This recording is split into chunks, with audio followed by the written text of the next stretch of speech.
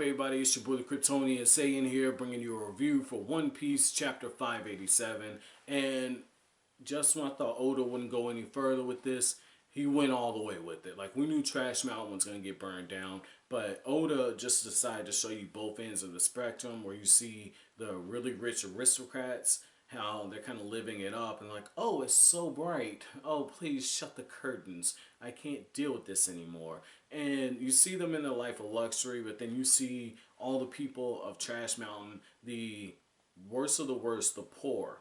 They're barely getting by, and they're being burned to death. And there's a moment after all of this is over, after you see the kid on the father's back, and he's saying, "Dad, it's too hot. I can't take this. I can't do it anymore." And the father's like, "Just hang in there a little while longer." And that just resonated with me, because you know that in those moments that father knew, we're probably gonna get burned here. Like, my kid's probably gonna die in my hands or on my back, however it happens. And that's something that, nobody wants to go through, whether or not you're a parent or not. Like, that's just something that you don't want to experience, having a loved one die in front of you, or have a loved one die and you're not able to do anything to ease their suffering. And dying in fire is probably the worst way to go, man. And the heat was so great that as they're cleaning up the bodies and exterminating anybody who was able to actually survive,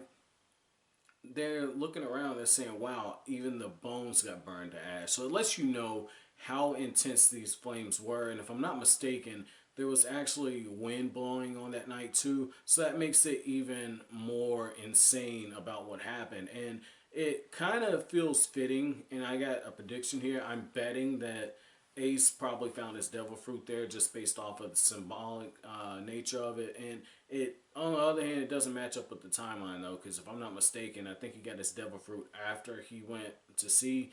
And we know Sabo went to sea first, so I'm going to touch on that later. But it would be cool if that was the case, if he maybe found the devil fruit here, and because it's Trash Mountain, and you say, well, I was going to throw a Logan fruit away. What's to say the person who had it didn't know what it was? What's to say that wasn't one of the treasures that Sabo and Ace had collected? I mean, it's possible. And again, just the symbolism, like this intense heat, and you got Ace's fiery nature being on full display in this chapter, where the Bluejam pirates are about to stab Luffy, and Ace knows, okay, Luffy has the gum fruit, sharp objects pierce him. He screams out in the exact same way that Luffy screamed out for them to stop before they're going to execute Ace. And all of a sudden you see the foam coming out their mouths, and I'm going, oh shit. Ace has the Supreme King Haki too. That's insane that both of these kids would have it. And it's just like, Sabo, you gotta get your weight up, boy. Like, you're going out to sea like that, you gotta get your weight up, man, because these two, they got the huge Haki, man. This is pretty intense. And Bluejam, being the country bumpkin that he is, isn't able to realize exactly what Ace did. It's just that he knows that Ace just used some huge power on him, and he was able to withstand it, but all of his men kind of fell out. And so I thought that was pretty cool, how even in Trash Mountain, you have somebody like Ace living there, somebody like Luffy living there. Dragon went there, and obviously Dragon's probably keeping tabs on his kid. And even Ivankov asked him, why would you come here to this desolate place? And didn't use the word desolate, but I'm using my own verb for this, or adjective. And, excuse me, it's an adjective. But I think that that's pretty cool, because it goes back to expression, one man's trash is another man's treasure. And the other thing is, you put enough pressure on coal, you might get a diamond. So I thought that was pretty cool, how there's some symbolism in there, how even in this trash heap, you have something worth saving, something worth salvaging. It's just a lot of people don't want to, get their hands dirty and put in the work and dig through something in order to find that special thing. They just want it given to them. And I like how you have that going on, but on the opposite end of the spectrum, you have the aristocrats who, anything nice that they want, they're not getting their hands dirty. They're able to purchase it. They're able to use wealth, and they're able to get ahead that way. And you even see hints about how Oda is talking about generational wealth, where you have Ace's father, Sabo's father, saying, "Your mother and I gave you life. You know, we have a good life for you here. Just do what you're supposed to do, study, follow in the footsteps. All this can be yours."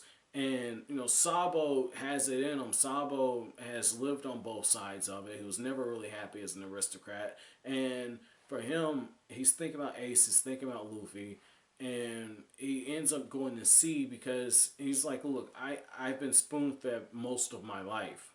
I'd rather make my own way," and that shows an intense maturity in Sabo. But the other thing is, it shows a quality about not just being a man, but just being a human being. You know, being willing to strive and work for your own way and to do it on your own, to not have it given to you, it says a lot about character. And those are things that you can't teach. I really feel as if those are things that you're born with, and your circumstances are what kind of calls and cultivates it for you and brings it out, so you're able to walk the path you're supposed to walk in life. So I like what you're seeing out of Sabo here, whereas on the other end of the spectrum, the adopted kid, I think Stelly, the adopted kid, you know, he's like, "Oh, well, don't worry about him. You have me.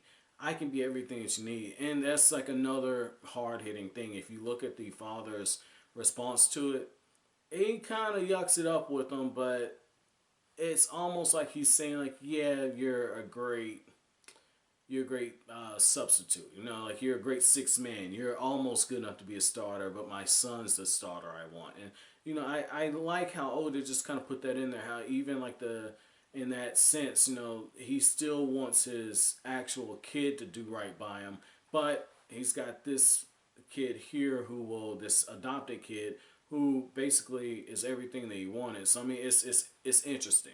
It's interesting. I don't know what Oda was trying to do there. I have an idea, and I think that if he were to go further on that, it would have taken the chapter 2 off the rails. But you know, Oda's a master at just planning stuff. So watch this kid pop up and be the next king of the pirates or some shit, or the next celestial dragon. You never know. And just speaking of the celestial dragons, I know you're born into the family. That was an off the cuff joke, but the whole thing about the celestial dragons. So they're finally coming to visit. And on the day that they come to visit, Sabo just decides, "I'm just going to pull his pants down and moon everybody." He takes a ship.